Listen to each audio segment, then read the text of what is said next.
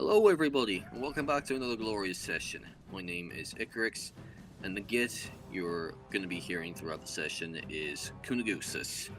Git Kunagusis, how are you on this fine night? Well, hello everybody. So, as ye can see, we are having a Sally field battle against Armenia in our present war with Armenia. So, Well, isn't that just fantastic? we have our Scythe chariots deployed in this army, our Tereoporoi, our Gallo-Thracian cavalry, Tarentines, or those look like our Seleukidai. We have our Royal Peltasts. Looks like our Hittyroi cavalry. I think that's the Hittyroi. I'm not great at distinguishing between the Hittyroi and the Agama. This might actually be the Agama. I don't know. It's hard to tell them apart when in the early form. Like the late forms are much more distinct. You know, basically, because the Agama are cataphracts. I've said that before. But yeah, we have our silver and bronze shields, our Galatian spears, our Galatian swords, or hybrid sword axe, our Tereo swords, we have our Syrian elephants. No phalanx? We do have a phalanx, our bronze and silver shields. Oh, okay then.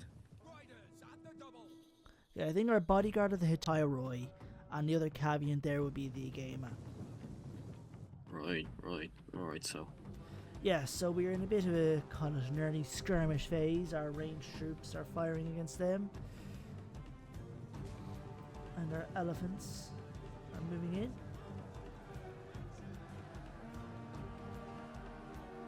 It looks like their cavalry, their lancer cavalry, try to hit our infantry. We managed to hold them off as best we could. Yeah, we're charging our forces in as they're also hitting our phalanx partially. Impressive formation there. It'll be a tough time getting through there. Yeah. But yeah, I'm starting to play Assassin's Creed Odyssey lately. Yeah? Yeah. How's it been faring for you? It's been a fun game overall. As I suppose with my kind of educational background, it's a bit weird and part of it, some of it bugs me. Like, yeah, it hasn't always been historically accurate. I understand that, I know, and I know what the decisions are behind these things. This is me looking at it as a military person. Well, one, on a non-military matter, I appreciate that, yes, they're showing all the shit to be painted, the statues and buildings, and that's bang on, like, that these things were painted. But, and the units, they definitely do a good look at presenting how hoplites looked. Like, the gear is pretty good. A lot of the equipment itself is good. Some of it's a little questionable. The spata. Why the hell is there a spata in the game? They identify a sword called a spata. Did they not exist around that time period yet? It's complicated. The spata sword that we tend to think of was a long-bladed sword that was in use by the Roman Empire for their cavalry for a good chunk of it, really. Based off of the Latin Celtic sword, probably. Odyssey takes place in the Peloponnesian War, which is centuries before the Roman Empire.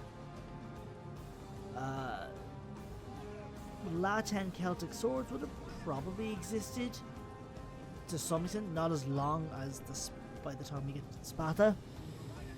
Now, maybe this could just be a catch-all to refer to some other kind of sword, but they just have something called a spata that's kind of longish blade sword, and that's like, oh god, no. But yeah, I suppose I can't say I'm too fond of how battles are depicted. We're just brawls, chaotic brawls. You know? I get Yeah. that trying to depict, especially in an RPG, a phalanx isn't really a great move, but it still kind of bugs me. I guess part of me just wonders how much. I guess how do I put it? It's. I suppose that's the problem when you're trying to do something like classical Greece as a setting. There's not a lot of unit variety. It's all very, like, one note, and Especially in the Peloponnesian War. It's basically just hoplites of various level of armor. I'm not super confident in what was the standard of how equipped a hoplite was by the Peloponnesian Wars. There's a point when they start out in like really heavy, like bronze, Bellum muscled cuirasses and Corinthian helmets. and they just wouldn't really have access to that sort of equipment just yet. That's how they started off as, and then over time they got lighter. Phrygian Really? or Thracian style helmets became more popular. The Linothorax kind of took on more if they were wearing armor.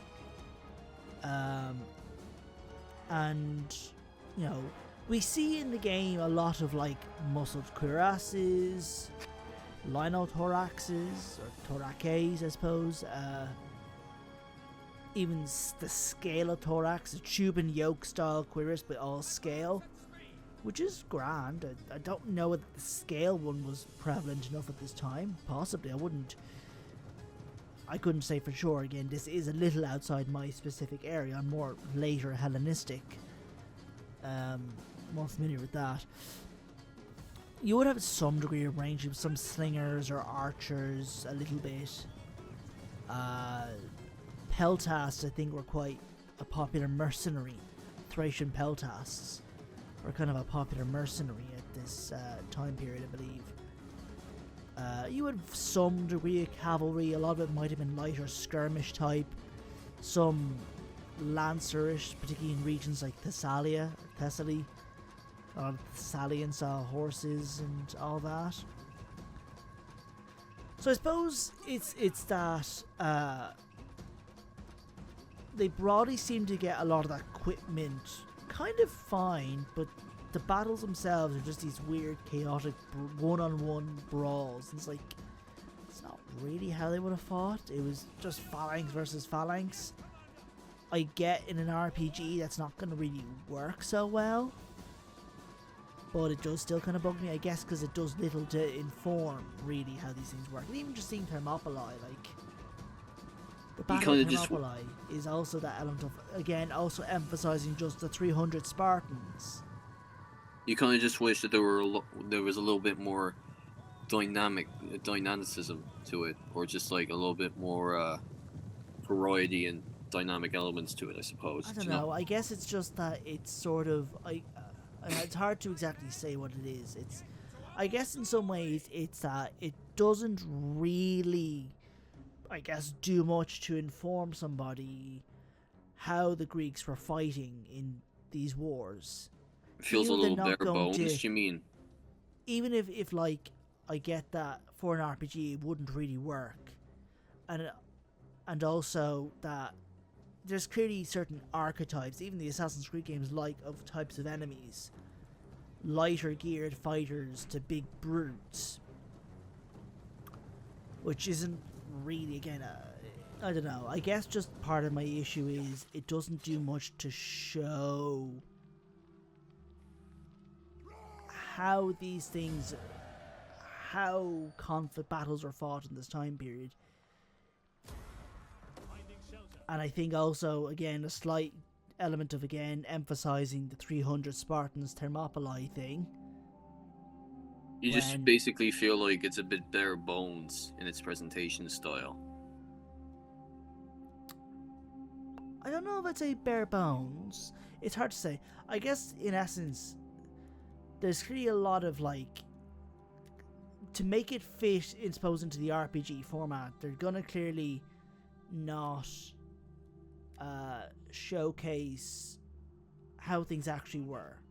And again, they've never been, like, super on top of historical accuracy. They would basically just go with the parts that they think are more interesting to showcase and just leave out everything else. I guess a Honestly, little bit. because they have to pick it. They gotta pick and choose which facts to Plus, stay even true then, to. I guess there's definitely that feeling of outside of. It's just kind of a weird setting for Assassin's Creed to go for, in light of what we established with Origins. Well, it was. I mean, like the franchise during Like what the I later mean period, is during the the late. fact that Origins goes right here is the origins of the assassins, the hidden ones, that sort of thing. Mhm. Grand. It all culminates in tying things close to the where we get to. But Odyssey just kind of feels like it's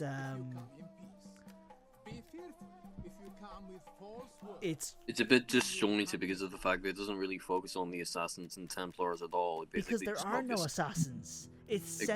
centuries before. Origins takes place at the end of the Ptolemaic Egypt, right? Just like years before the Romans eventually annex Egypt. So this is the 1st century BCE. Okay? Mhm. Odyssey takes place in the Peloponnesian War, which is centuries before that. Yeah. So obviously. And so it's and when the previous game already establishes the origins of the assassin order, more or less. And then this one basically goes into the backstory. And we have what's the clearly the origin- precursor of the Templars, the Order of Ancients. It's kind of weird to have a game set even earlier than that. Man, it's not like Black Flag where you had assassins in the background and you mainly played as pirates. And, like these are like completely missing elements Yeah, from the franchise. I guess it feels like I think this is the thing. I think the Ubisoft studio probably just wanted to make a Greek mythology, history-inspired RPG, but were probably made to make it fit into Assassin's Creed. It's an idea I've heard suggested, and I do think that comes off as the case when playing the game. It's like they needed to find a way to early tie in back the idea phase, they kind of were probably told, make it Assassin's Creed because it would sell. Yeah, it's like they stuck the brand name on there because they thought like a story or game set during the Peloponnesian War by itself would probably just not be Well, that. it depends. Unless the idea was simply just a game set in ancient Greece that was sort of mythology leaning, and to make it Assassin's Creed, they had to give it some kind of time period. And so the way to do it would be to set it right at the peak of classical Greece, and in some time of great upheaval, the Peloponnesian War. I guess that's the way I would look at it. Otherwise, you got maybe like the invasion of Xerxes, which is where we get Thermopylae, but I don't think that's much material for the kind of deep intrigues you want. I guess a period of internal strife and upheaval is usually what they want. So when there's a lot of internal conflicts and intrigues, and I guess the Peloponnesian War works because kind of after that, you don't really get much regarding Greece itself having any significance. Within probably like decades to a century after the Peloponnesian War, Greece falls under the heel of Philip II of Macedon. And then his son Alexander takes over and gets his massive empire. So I suppose in that way, I'd say they probably wanted to make a game that was set in some sort of classical Greek period with mythology-like aspects, an RPG. This is probably where you get the idea when you're fighting the Cyclops and Medusa and all that stuff. But to make it Assassin's Creed, they had to dug all these elements on there to try to make it fit. I guess they probably had to therefore give it specifically a setting like the Peloponnesian War to make it fit within the narrative approach of Assassin's Creed and interacting with historical people like Pericles or Herodotus, you know, because they were significant people at the time. Pericles, the leader of Athens for much of the war, Cleon, who succeeded from later, and Herodotus, who's considered the father of history because he wrote the histories which documented the Greco-Persian Wars. Well, He's our source for Thermopylae. So I guess that's the idea, that perhaps the early idea in its most basic sense, a Greek-inspired RPG, fantasy action RPG, that early on was morphed into Assassin's Creed, so they kind of had to fit it in Assassin's Creed somehow, and it just doesn't really work fully. Plus the fact that you don't even have a fucking hidden blade. Your hidden blade is the Spear of Leonidas, which, like, isn't exactly hidden. It's pretty fucking not just obvious. Even that, but it's like why are you even using a spearhead? Because they had to have some form of hidden blade, so they basically just went with like the best possible option in their heads, which was apparently a spear that's not hidden and is as subtle as a brick wall. Basically, well, at least it's just a spearhead and not a full-on spear with a shaft. But it's just so weird to fight with a spearhead and not an actual full-on spear. Like, you have the option even to fight with a full-on spear. You get that as a weapon option. Yeah, I know. It's just so kind of weird, to be quite honest. Well, let's just hope they don't make the same mistakes with their newest release. Shadow. Oh, that one is quite the hot button subject for people. Yeah, a lot of the people whole are Yasuke like. And A lot of it is. I'm not personally super thrilled about Yasuke. It's just personal. Even the idea of Yasuke as this broader character, I kind of would have much preferred it focusing on just Nae, or whatever the female protagonist. I think Nae is her name. I guess this is me thinking less interested in the kind of broader option, and you know, Yeah. I think like with Syndicate, which I think this is made by the studio that did Syndicate. I like Syndicate. I haven't played it since I played it once, but I liked it. I enjoyed it, and I don't problem with Syndicate. But like even when I played Syndicate, I mostly just played as Evie Fry because I just liked her playstyle more. Yeah. And I think, you know, I probably do the same depending how this game works. If I do play it, I don't know. It depends if I buy it, which would be just if I'm interested in it. I haven't played Mirage at all. I don't have Mirage. I haven't played Valhalla. I actually installed Valhalla recently, but I haven't played it yet. I'm not sure if I will, when I might do it. I might either do a complete fresh for this channel. Yeah. Or I might play it a bit myself and then another stage do a channel. We'll see. Okay. But anyways, that you know, I will say that I'm not a big fan of the inclusion of Yasuke. I know that there's other controversies associated with Yasuke and all that, and it especially doesn't help that Ghost of Tsushima, for those who haven't played it or at least don't know about it, is basically that was a hot topic game. But Ghost of Tsushima, and in fairness, there are some issues with how that depicts things. Well, yeah, well, at the very least, people like I guess this is a sort of nitpick, I guess, but like, the katana didn't really exist at this point. Also, samurai didn't rely on the sword that much. It wasn't their go-to weapon.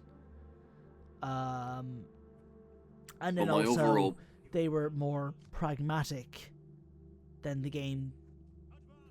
But my overall point is that a lot of people consider that to be the closest to Assassin's Creed set in Japan that we would ever get, and people really like that game.